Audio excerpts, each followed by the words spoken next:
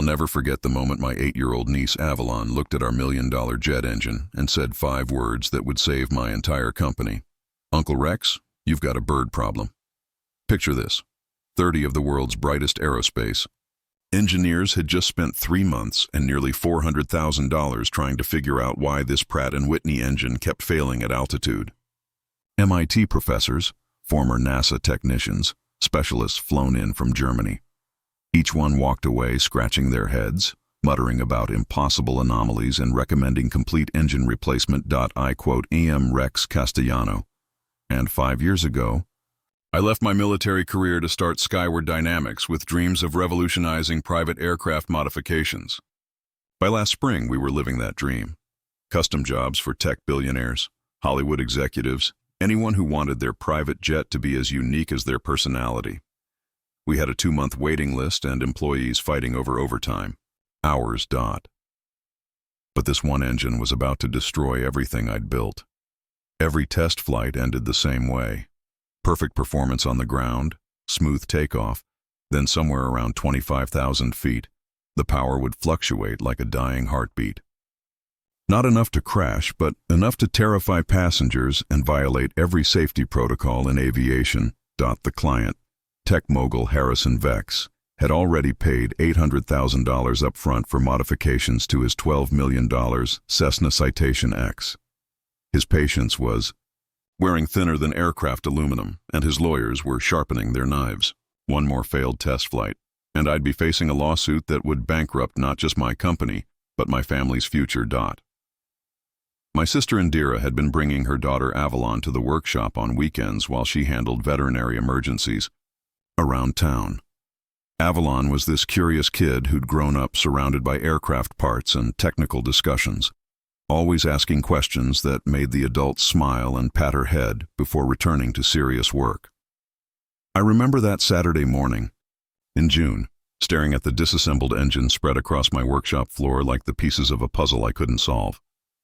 The metal gleamed under the fluorescent lights, every component precisely manufactured, every specification met to the thousandth of an inch. It should have worked perfectly. That quote S, when Indira rushed in with Avalon trailing behind, her small backpack bouncing with each step. "Emergency call at the Morrison Ranch," Indira explained, already halfway out the door. "Horse with colic. Can you watch Avalon for a few hours?"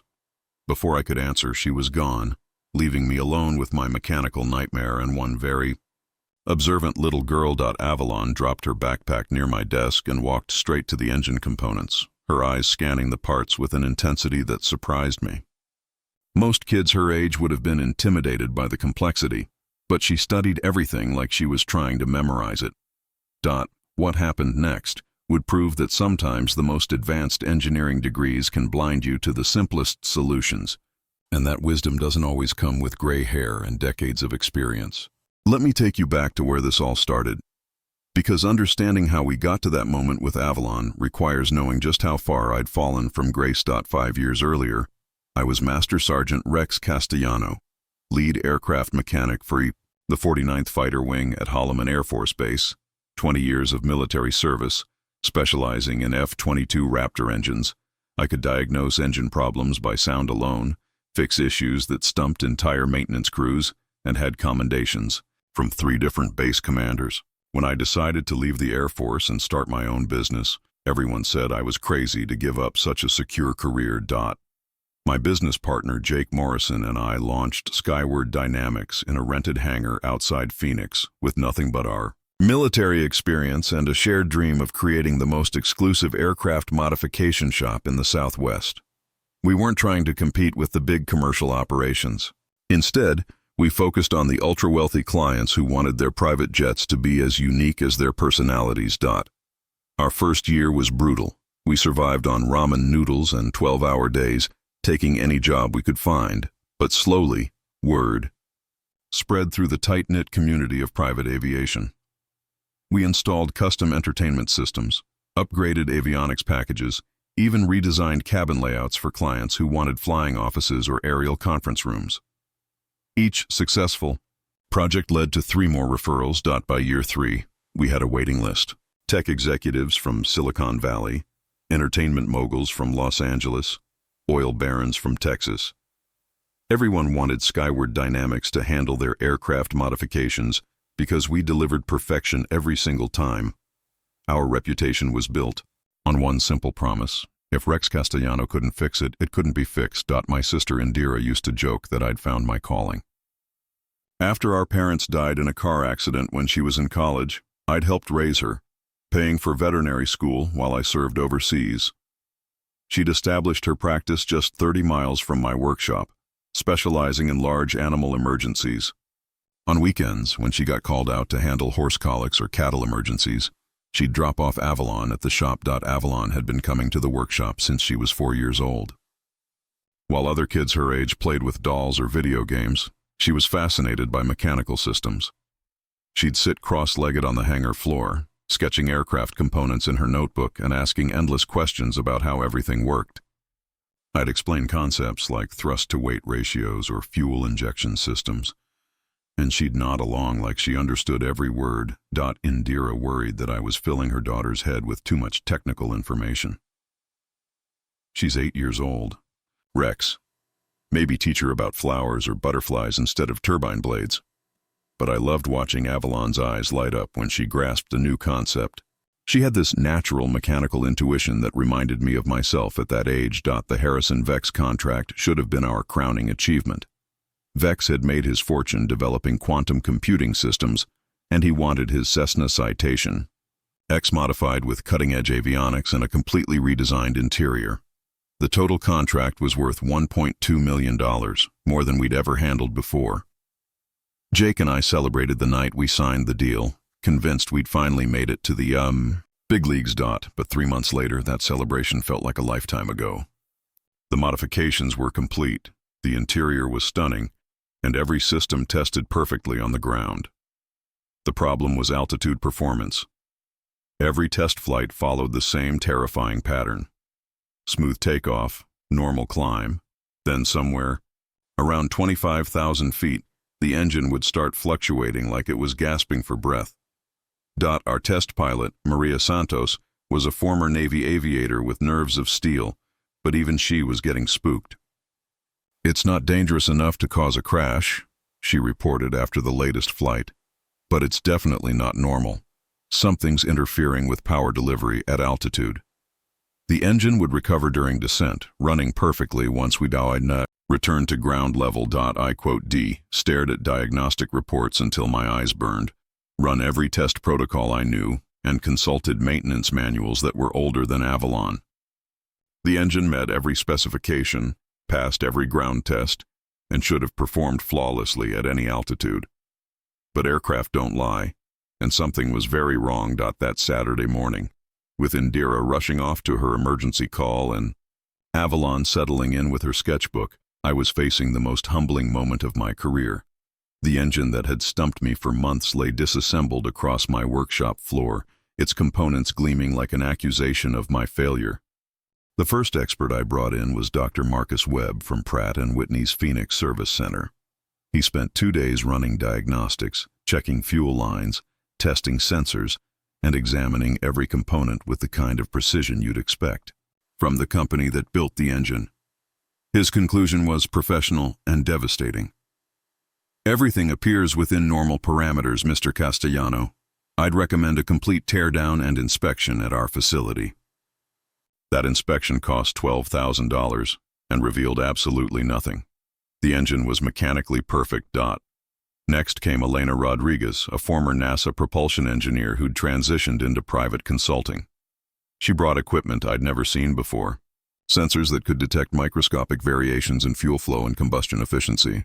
3 days of testing, another $8,500, and her report was equally baffling. The engine performs flawlessly under laboratory conditions. The altitude-specific power loss suggests an environmental factor we're not accounting for. Environmental factor. Those words haunted me for weeks. Jake started getting nervous after the 5th expert. Dr. Robert Chen from MIT's Aerospace Department had flown in specifically to examine our problem, spending $15,000 of our emergency fund to conclude that we needed more sophisticated diagnostic equipment than what's typically available in private workshops. The 6th expert was Patricia Williams, who'd spent 15 years troubleshooting engine problems for Delta Airlines. She was confident she'd seen everything the aviation industry could throw at her. After examining our engine, she told me something that chilled me to the bone. In 30 years of aircraft maintenance, I've never encountered anything like this. The symptoms you're describing shouldn't be possible with this engine configuration. By the 10th expert, word was starting to spread through the aviation community. Phoenix Sky Harbor's maintenance crews were whispering about the cursed engine at Skyward Dynamics. Harrison Vex's lawyers had begun sending formal letters demanding progress reports every week. The polite inquiries about timeline had evolved into legal threats about breach of contract. The 15th expert was Dr. James Mitchell from Rolls-Royce, flown in at enormous expense because someone suggested the problem might be related to competing engine technologies. He spent one afternoon examining our Pratt & Whitney engine and politely explained that his expertise didn't apply to our situation, but he'd be happy to provide consultation if we ever needed Rolls-Royce services. Another $5,000 for essentially nothing. Jake pulled me aside after expert number 20. We were standing in the hangar at sunset, watching the tech clean up his equipment after another fruitless day of testing. Rex, we've spent $127,000 on consultations alone. Our operating account is almost empty, and we still don't have answers. Maybe we should start considering Mitchell's suggestion about complete engine replacement. Engine replacement would cost $2.3 million. We didn't have $2.3 million. Even if we did, admitting that we couldn't solve the problem would destroy our reputation in the industry. Word travels fast in aviation circles, and the shop that couldn't fix a simple engine problem wasn't exactly the brand identity we'd spent 5 years building. The 25th expert was Dr. Sarah Kowalski from Boeing's Commercial Aviation Division.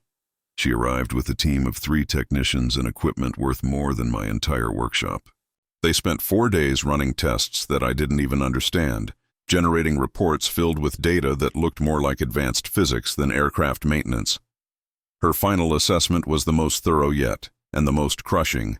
We've identified 17 potential contributing factors, but none individually or collectively explain the altitude-specific performance degradation you're experiencing. By expert 28, I'd stopped sleeping properly. Every night I'd lie awake thinking about the engine, running through scenarios and possibilities until my brain felt like it was overheating. Indira noticed during our weekly family dinners that I'd lost weight and developed a nervous habit of tapping my fingers against any available surface. Expert 30 was Dr. Elena Vasquez, the MIT professor I mentioned earlier. She was my last hope, the final consultation I could afford before facing the reality of complete business failure. She spent a full week at my workshop bringing graduate students and equipment that required its own power supply. When she delivered her final report, I knew I'd reached the end of the line. "Mr. Castellano," she said, standing beside the disassembled engine, "I've consulted with colleagues at 3 universities and 2 private research facilities. We've examined every possible mechanical, electrical, and computational cause for your engine's behavior. My professional recommendation is complete engine replacement. Sometimes in aerospace engineering, we encounter problems that exceed our current understanding." That night I sat alone in my workshop surrounded by 3 months' worth of expert reports, diagnostic printouts, and technical analyses. 30 of the brightest minds in aerospace engineering had examined my problem and essentially told me it was unsolvable. The morning would bring Harrison Vex's final deadline, and I had no answers to give him. Saturday morning arrived like a death sentence. Harrison Vex's final deadline was Monday, and I had nothing to show for 3 months of work except a stack of expert reports that all said the same thing. "Your problem is impossible to solve." Was sitting at my desk at 7 a.m., staring at Dr. Vasquez's report for the 100th time, when I heard Indira's car pull into the parking lot. Through my office window, I watched her jump out of her veterinary van, still wearing scrubs from what looked like an all-night emergency call. "Rex!" she called out as she rushed through the hangar door with Avalon trailing behind, rubbing sleep from her eyes. "The Morrison Ranch has a mare in distress, possible twisted intestine. I need to get there immediately." She was already digging through her medical bag, checking supplies while talking. "Can you watch Avalon today? I know you're dealing with your engine situation, but this is literally life or death." Before I could answer, she was kissing Avalon goodbye and heading back to her van. There are juice boxes in Avalon's backpack, and she brought her art supplies. Should be a quiet day for you. The van door slammed, gravel crunched under tires, and suddenly I was alone with my 8-year-old niece and my unsolvable problem. Avalon set her backpack down near the kid-friendly corner I'd created months ago, complete with child-sized chair, coloring books, and a box of crayons. But instead of settling there like she usually did, she walked directly to the engine components spread across the workshop floor. "Uncle Rex," she said, crouching down beside the intake assembly, "why do you look so sad today?" I hadn't realized how obvious my despair had become. Here I was, a grown man who'd spent 2 decades fixing the most advanced aircraft in the world, and I couldn't hide my emotions from a child. "I'm having trouble with this engine, kiddo," I admitted, gesturing toward the disassembled components. "A lot of very smart people have tried to help me figure out what's wrong, but nobody can solve it. If I can't fix it by Monday, I might lose my business." Avalon nodded seriously, the way kids do when they're trying to process adult problems that seem too big for their world. She moved closer to the engine parts, her small fingers tracing the air above the metal components without actually touching them. "Can you tell me what's supposed to happen?" she asked. "Like, how does it work? When it's not broken?" I found myself explaining jet engine principles to an 8-year-old, using simple language about air intake, compression, combustion, and exhaust. As I talked, I realized I was trying to distract myself as much as educate her. The technical explanation felt like familiar territory, a safe place where my expertise still meant something. "So the air comes in here," Avalon said, pointing to the intake assembly, "and goes through all these parts and then shoots out the back to push the airplane forward." "Exactly," I said, feeling a tiny spark of the enthusiasm that had originally drawn me to aviation. Avalon studied the components quietly for several minutes, occasionally asking me to explain specific parts or systems. Her questions were surprisingly thoughtful, not the random curiosity I expected from someone her age. Then she said something that stopped me cold. "Uncle Rex, this part looks like something was living in it." I looked where she was pointing, at the bypass duct assembly that every expert had examined and declared perfectly normal. "What do you mean, living in it?" "At Mom's clinic, when animals have trouble breathing, she always checks for blockages first. Like when cats get hairballs or when dogs eat socks." Avalon moved her finger along the intake pathway, tracing the route air would follow. "But this looks different. It looks like something was trying to make a home in here." For 3 months, I'd been thinking like an engineer, analyzing mechanical systems and searching for technical failures. But Avalon wasn't seeing an engine. She was seeing what it actually was, a hollow space that something might want to inhabit. "Show me exactly what you mean," I said, kneeling beside her and pulling out my magnifying glass. For the first time in months, instead of looking at the engine components as precision machinery, I started examining them as potential habitat. That quote S when I saw it. Tiny fibers, barely visible to the naked eye, woven between sensor housings in the bypass duct. Every expert had dismissed these as normal operational debris, but Avalon was right. They weren't random.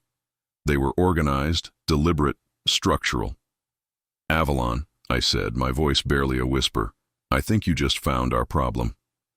I grabbed my high-powered LED work light and angled it into the bypass duct where Avalon was pointing. What I saw made my hands shake. Those tiny fibers weren't random debris. They were woven together in an intricate pattern, creating what could only be described as a miniature architectural masterpiece. "My God," I whispered. "Avalon, you're absolutely right. Something did build a home in here." Using surgical precision, I began photographing the structure before attempting removal. The nest was unlike anything I'd ever seen in aircraft maintenance. Tiny twigs, grass fibers, and what appeared to be synthetic materials had been woven together to create a flexible but durable structure that perfectly conformed to the internal geometry of the bypass duct. "Uncle Rex," Avalon said, leaning closer to watch me work, "look how it's attached. It's not just stuck there. They built it to stay put, even when the engine moves." She was right. The nest wasn't simply wedged into place. It was systematically anchored to multiple mounting points, with support strands that distributed stress across the entire structure. Whatever creatures had built this understood engineering principles that most humans would struggle to grasp. As I carefully began removing sections of the nest, Avalon made another observation that sent chills down my spine. "Uncle Rex, see how thick it is in some places and thin in others? Mom does that when she's wrapping injured animals. Thick where they need protection, thin where they need to move." Following her logic, I examined the nest's density variations. The thickest sections were positioned directly over the engine's altitude sensors, the components responsible for adjusting fuel mixture based on air pressure changes. The nest had been built to selectively block these sensors while allowing normal airflow through less critical areas. "This isn't random," I said, more to myself than to Avalon. "This is deliberate sabotage by creatures that somehow understood exactly which components to target." I continued the delicate removal process, documenting each layer as I worked. The nest revealed itself to be far more complex than initially apparent. Multiple chambers had been created within the structure, suggesting it wasn't built by a single pair of birds but by an entire colony working together over weeks or possibly months. "Uncle Rex," Avalon said, sketching the nest structure in her notebook, "when did you first notice the airplane having problems?" I thought back to the timeline. "The first power fluctuation happened during a test flight in early March. Why?" "Because Mom says spring is when birds get really serious about building nests. They'll work on them every single day until they're perfect." Avalon showed me her sketch, which accurately captured the nest's layered construction. "And they're super picky about location. They probably picked this spot because it stays warm and protected." The pieces fell into place with terrifying clarity. During our initial modifications to Harrison Vex's aircraft, we'd parked it outside for several weeks while waiting for interior components to arrive. Every morning, the engine would warm up during ground tests, creating an ideal microclimate for nest construction. The birds had been building their structure gradually, working during the quiet hours when no one was around. As I removed the final sections of nest material, I found the smoking gun, a cluster of synthetic fibers wrapped around the primary altitude sensor. The material was so precisely positioned that it would only affect sensor readings at specific altitudes when air pressure changes would compress the fibers against the sensor housing. "That's why it only happened at 25,000 feet, I said, holding up the evidence. "At that altitude, the air pressure change would compress these fibers just enough to interfere with the sensor readings, causing the fuel mixture to run rich and reducing engine performance." Avalon clapped her hands together. "So the birds accidentally made the airplane sick, but only when it flew really high?" "Not accidentally, kiddo. I'm starting to think they knew exactly what they were doing." I showed her how the fibers were positioned. "Look at this placement. It's too precise to be coincidence." With the nest completely removed and all components thoroughly cleaned, I ran a comprehensive diagnostic test. For the first time in 3 months, every reading came back perfect. Engine temperature, normal. Fuel flow, optimal. Sensor responses, within specification across the entire operational range. I looked at Avalon, who was putting finishing touches on her nest sketches, and felt something I hadn't experienced in months. Genuine hope. "Avalon, I need to call your mom and tell her that her daughter just saved my entire company." "Can we test fly it now?" she asked, looking up from her notebook with excitement. "Tomorrow morning," I promised. "And if you want, you can be in the control tower when we do." Sunday morning's test flight was the most nerve-wracking 45 minutes of my career. Maria Santos took the modified Citation X through every altitude range, pushing it to 41,000 feet while I monitored engine performance from the ground control station. Avalon sat beside me, wearing an oversized pair of aviation headphones, watching the telemetry displays with the intensity of a NASA mission controller. "Climbing through 25,000 feet, Maria's voice crackled through the radio. "Engine parameters are perfect. No fluctuations detected. For the first time in 3 months, the engine purred like a contented cat all the way to maximum altitude. Every sensor reading stayed within optimal ranges. The power output was steady and strong." When Maria brought the aircraft back to Phoenix Sky Harbor, she was grinning from ear to ear. "Rex, I don't know what you did," she said, climbing out. of the cockpit. But this engine is running better than factory specifications. Whatever was causing those problems is completely gone. Monday morning, I made the call I'd been dreading for weeks. Harrison Vex answered on the first ring, his voice sharp with irritation. "Castellano, this better be good news. My lawyers are standing by. Mr. Vex, your aircraft is ready for delivery. The engine problem has been completely resolved." I could hear the surprise in his silence. "We'd like to schedule your acceptance flight for this afternoon if you're available." 3 hours later, Vex stood in my hangar examining his completed aircraft. The modifications were stunning.